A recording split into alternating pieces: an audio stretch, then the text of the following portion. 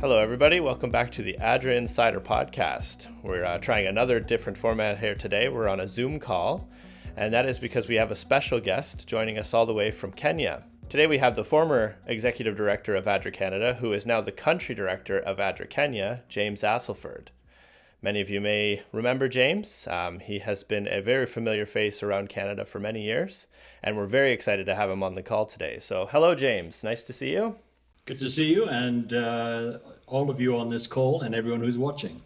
All right. And also joining us, we have our Supporter Relations Director, Sharmila Reed. Hello, everyone. And we also have our, multimedia specialist. Is that what your title is? Social distancing specialist. Multimedia specialist.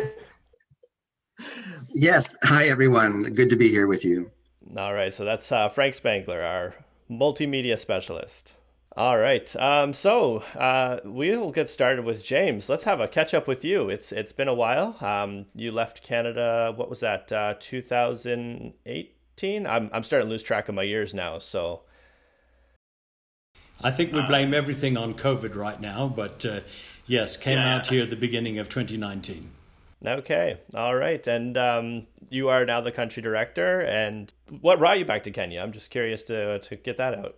Well, this is my third spell in Kenya. I first came out here at the end of 1959 and grew up here. So you can tell I don't have much of a Canadian accent. And was here for my growing up years. Then I came back a second time in 1998. I was here for 4 years, technically working in Addre, South Sudan, but because of the civil war that was going on, it was a cross-border operation. The office and living was here in Nairobi, though the projects were in South Sudan.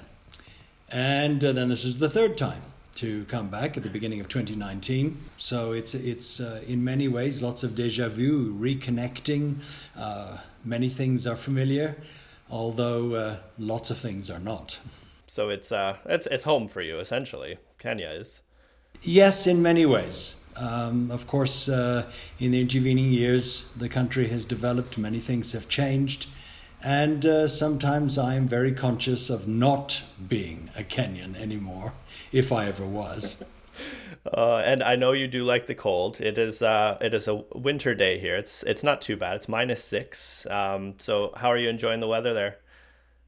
It's a bit warm for me, but I suppose you'd all be happy for the 27 degrees that we're having at the moment. I would gladly trade you, yes. Kenya's in comparison to Canada is a small country, but it's very diverse culturally and landscape, geographic, weather, everything in the country is very diverse. Can you give us a little background into the country of Kenya itself? Yes, certainly. I think Kenya has it all. We have beaches, we have snow-capped mountains, we have broad plains, we have hills, swamps, we have the Great Rift Valley coming through the middle of the country, we have forests, rivers, lakes. I think we have just about everything here in Kenya. Of course, did I mention deserts also? Yes, the arid and semi-arid lands to the north. In Canada, we talk a great deal about our multicultural tradition and the makeup of our society. And we have that similarly in Kenya. We don't use that term perhaps so much, but we have 3 main language groups, over 40 different tribes. And those 40 plus tribes include those that have come into what we now call Kenya centuries or even millennia ago.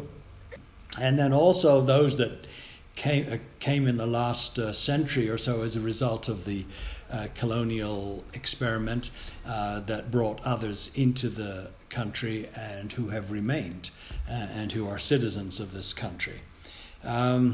Kenya also has a particular status as a hub country. A lot of regional offices are here, whether it's for the UN or NGOs or businesses. Anyone who's doing business in Kenya, Uganda, Tanzania, Rwanda, even Somalia, Ethiopia, Great Lakes region, they tend to come and put their office in Nairobi. So you have a lot of international people based in the country. So this gives Nairobi a very cosmopolitan look, and the country a very diverse look. And, oh yes, one more. We're always talking in Canada about the fact that we're bilingual. Nous parlons français aussi. But here we have two languages. We have English and Swahili. Lugha ya maendeleo, that was Swahili. So we have two official languages here in Kenya also. Okay. And you are somewhat proficient in Swahili? I wish. I can usually start a conversation, but I hope that very quickly they will switch to English or I'll be in trouble. Which is the same problem I have in Quebec, of course. But oh, yeah. All right. So just moving back now, again, back to the arid region of Kenya. I was hoping we could go a little more in depth into the Mandera Project. And Frank, feel free to chime in on this one because you have visited Mandera. Sharmila, you have as well. I'm the only person in this conversation that hasn't been to Kenya, let alone Mandera. So once COVID's over, we need to change that. So yeah, if we can go in a little bit into depth in the Mandera Project, what it's about, and how it's been changing the area. Well, let me start, and then my colleagues can give you a better picture. But our work in Mandera West, focused on Takaba, is actually a textbook ADRA intervention. I often compare it to what we accomplished with our partners in Addre, Mongolia, because in both instances, we started our activities in time of crisis. In Mongolia, it was the dzuds, the dreadful winter storms. Here it was the drought in the Horn of Africa, 2010, 2011. And with our membership in the Canadian Food Grains Bank, we were able to mount some relief responses in partnership with ADRA Kenya to provide food for those who were affected. And this was handing out things, grains, cooking oil, salt, very basics for people to be able to eat. And that was an excellent project activity. Same sort of thing happened in Mongolia, where there was a handout of foods. But in both countries, ADRA said, we've got to do more. We've got to address the issues here and not just be giving the fish, but teaching people how to fish, although in neither countries were fish involved.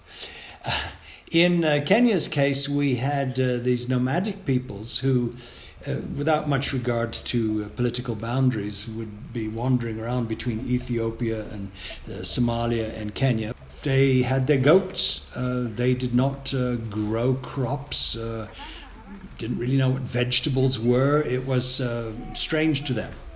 Same thing in Mongolia, introducing vegetables to people who had never eaten a vegetable in their life.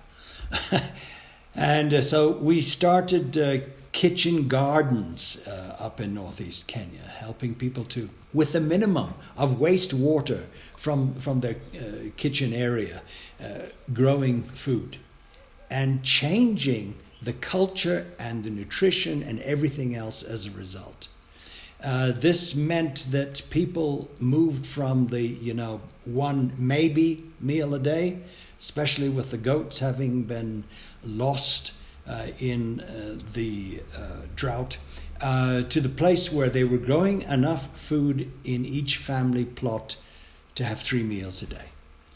And this had an effect not only on nutrition, it had an effect on women, because women were mostly doing this. I remember a few years ago visiting up in Takaba, talking to one of the women, and she showed me her garden, and with great smugness is not the right word, but she was very proud.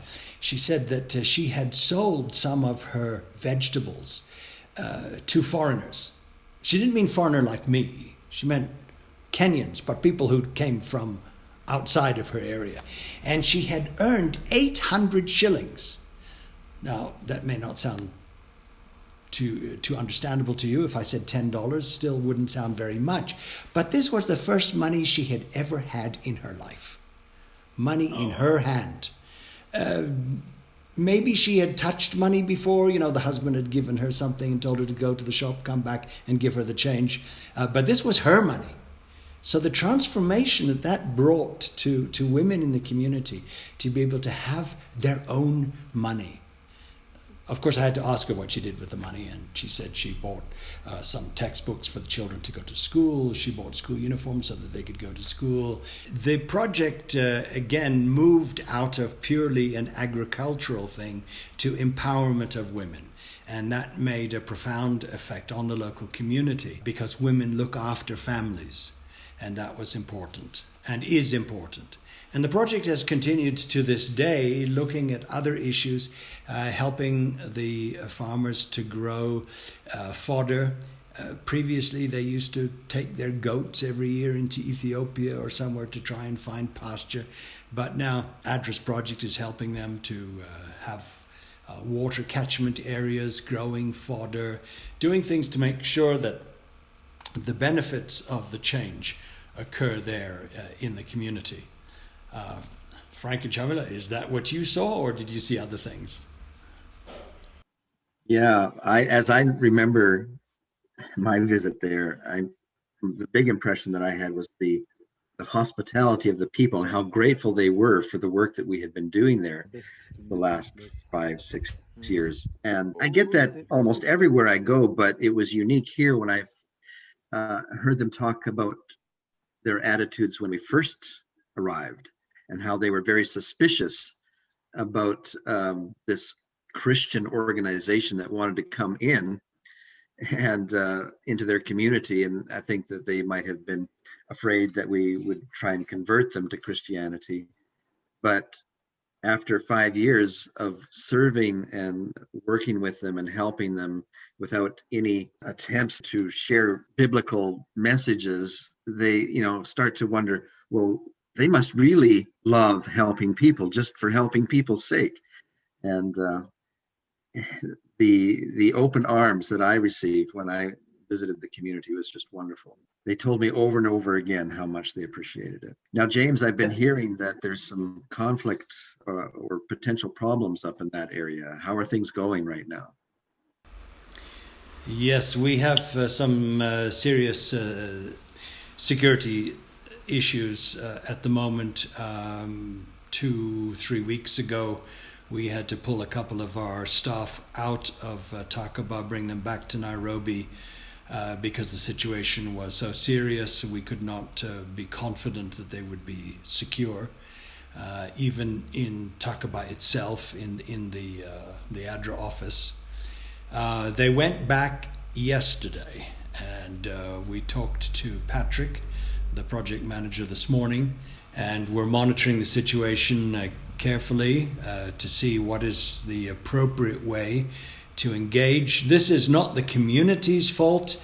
This is outside elements who are coming in, who are causing trouble. So that makes it very difficult for us, makes it very difficult for the community. But we have to look at how much of our activities we can continue in this area. Do we need to start looking further west, southwest from where we are to areas that are equally in need, but perhaps not with quite the same security concerns? Now, this project, we're partnering with the Canadian Food Grains Bank. Is that correct?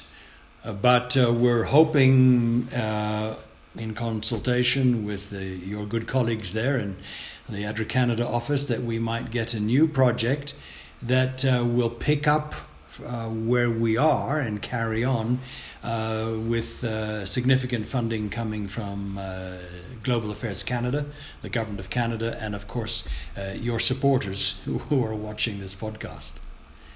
And the activities, Frank, you may remember when you were there visiting, even included such things as beekeeping.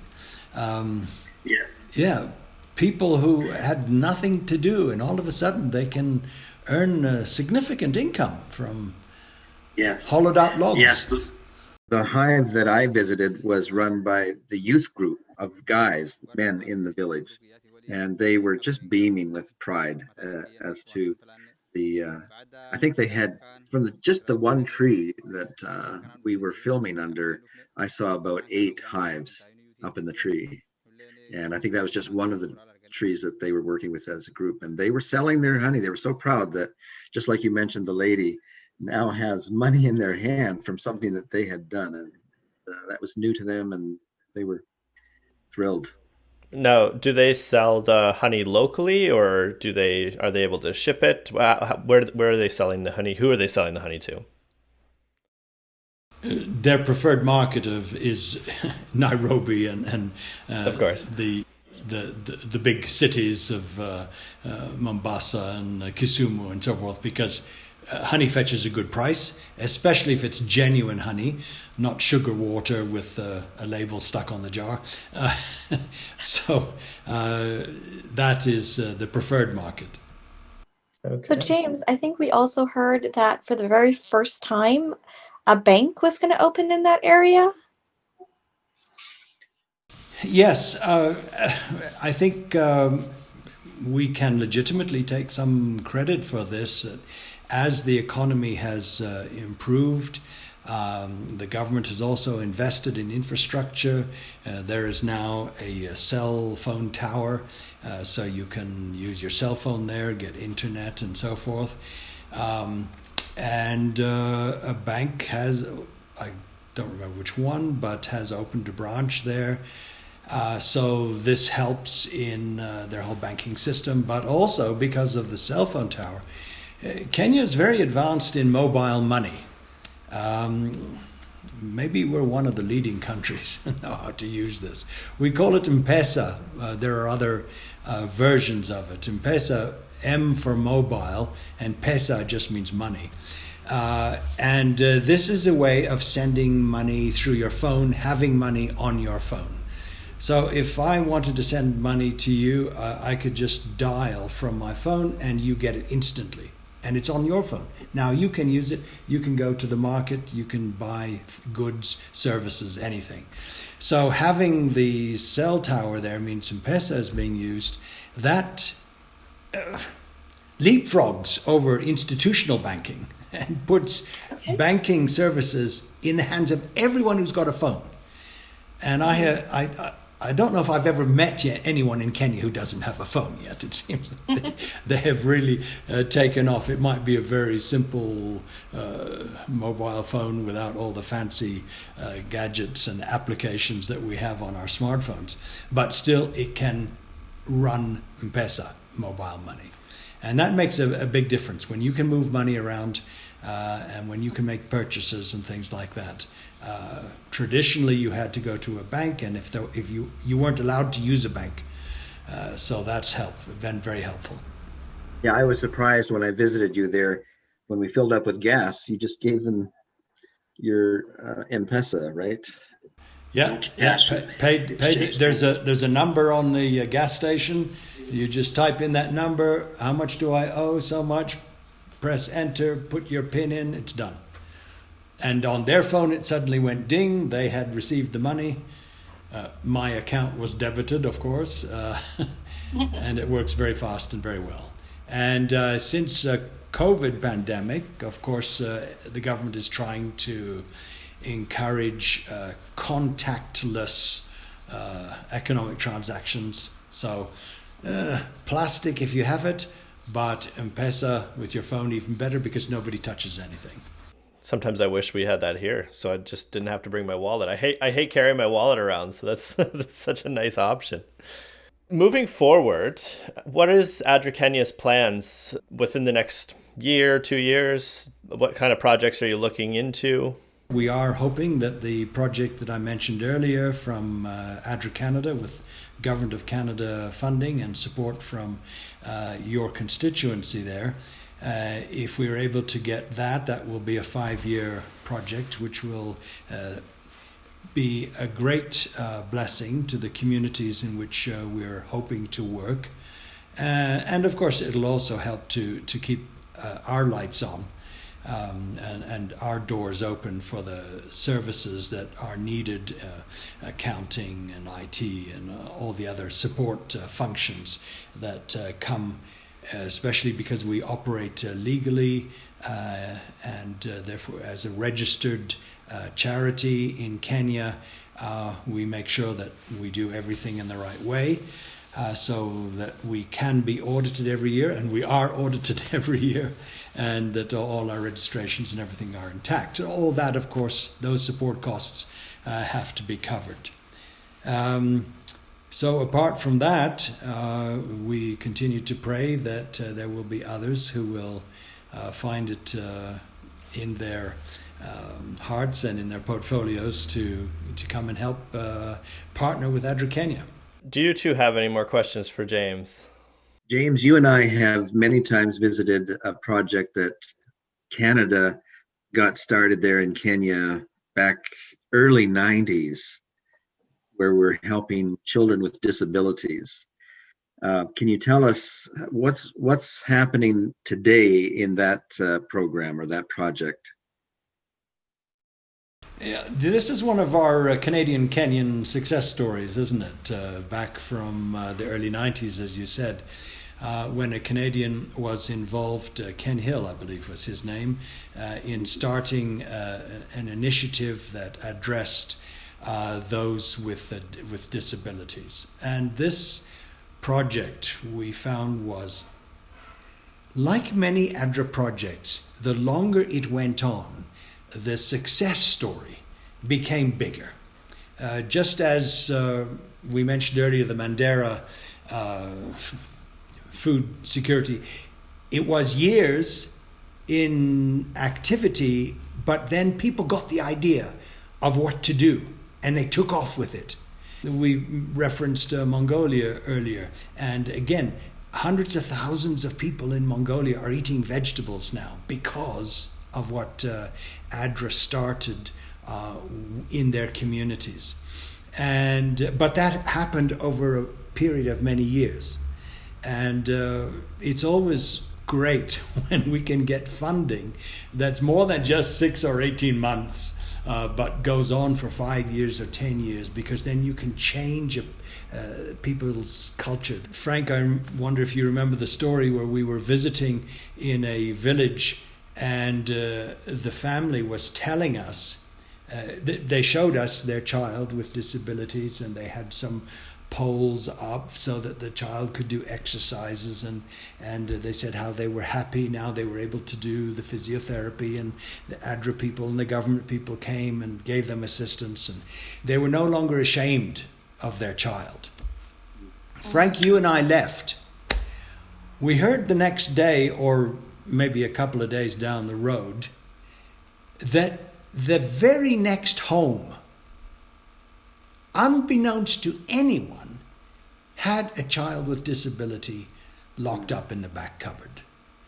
And nobody knew. The parents they were so ashamed to have this child that was disabled, they kept it locked away. But when they saw that the ADRA people came around, including you and I, and visited with the family, and I think we must have probably held the child's hand or something, they finally said, maybe it's time for us to take our child out too. And they unlocked the door and brought their child out and asked the ADRA people, can you please teach us how to do the physiotherapy and the exercises and everything. So it was years of working in that community before the cultural change, the shift could occur, where people recognized that people with disabilities were just people with disabilities, but they were people first, and so that ongoing project made a significant impact, I believe.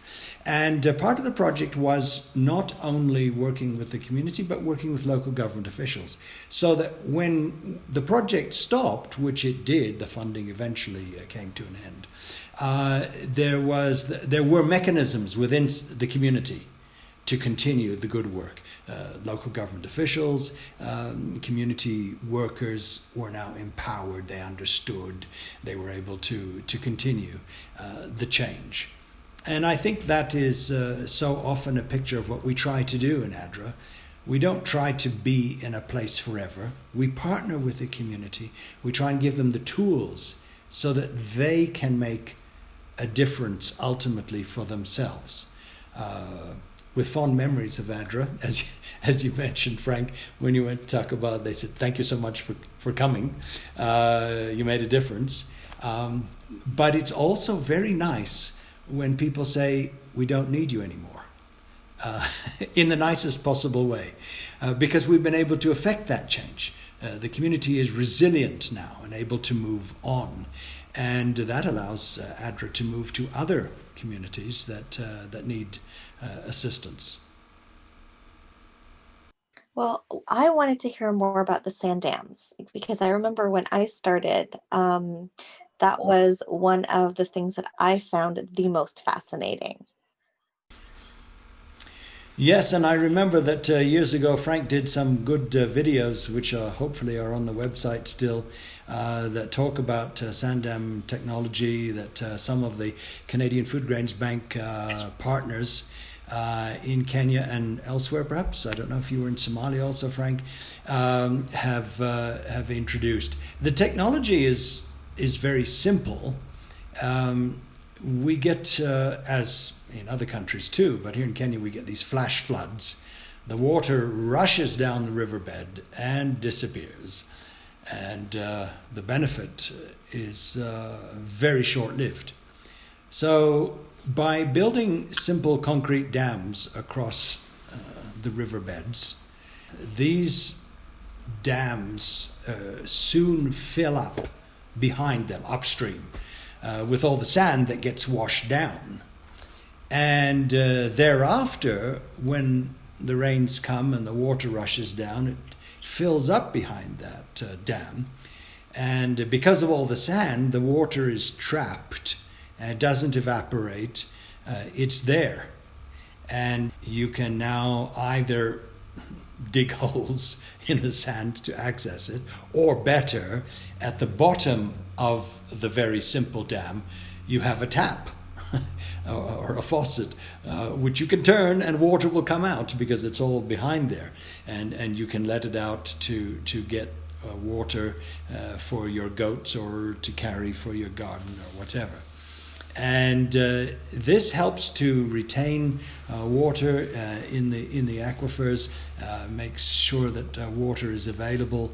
And one of the project visits that I did a few months ago was to an area where we have, I think we had 6 sand dams, and the communities showed us how they were able to access the water that was trapped for months and months and months in the dry season, and they were able to grow their gardens, their vegetables and everything, when all around them it looked like absolutely arid and barren. And then there would be this greenness where the ADRA project was, and the farmers, particularly the ladies, they all did a little dance for us and in their traditional way, thanking us for this because it allowed them now to eat all the time. Yeah, I remember the video that I did about that project we called Dancing on Water, because the women were dancing on the sand and all you had to do is dig down a little bit and there's water there for you right through the dry season. That's awesome. I'll make sure that video is accessible so that our viewers can take a look at that. It's really interesting to see. That's great. And I love that, especially in Kenya. I feel like in Kenya, it's the most obvious where where Adre's projects are is green. I noticed it in Rwanda as well when I visited where the Leaf Project was, and it was a semi-arid region. Everything was very dry, but where Adre's project had been, and the households that had worked with Addra, they were green and flourishing. And it makes me so happy that Adre's logo is green, because that is just how it is. Like Addra goes into communities and makes them green and makes them prosperous. Well, that concludes this edition of the Addra Insider. Thank you so much for joining us, James, Sharmila, and Frank. I also, for our listeners, we're very happy you could join us today. If you're interested in finding out any more on these projects or listening to previous podcasts, you can check out adra.ca/podcasts. We also are excited to announce that we now have a Roku channel. So for people with Roku TV, you can search for Addra on your Roku, and you have access to all of our videos directly to your smart TV. Again, I am your host, Michael Kirkby. Thank you for joining us, and we look forward to having you again.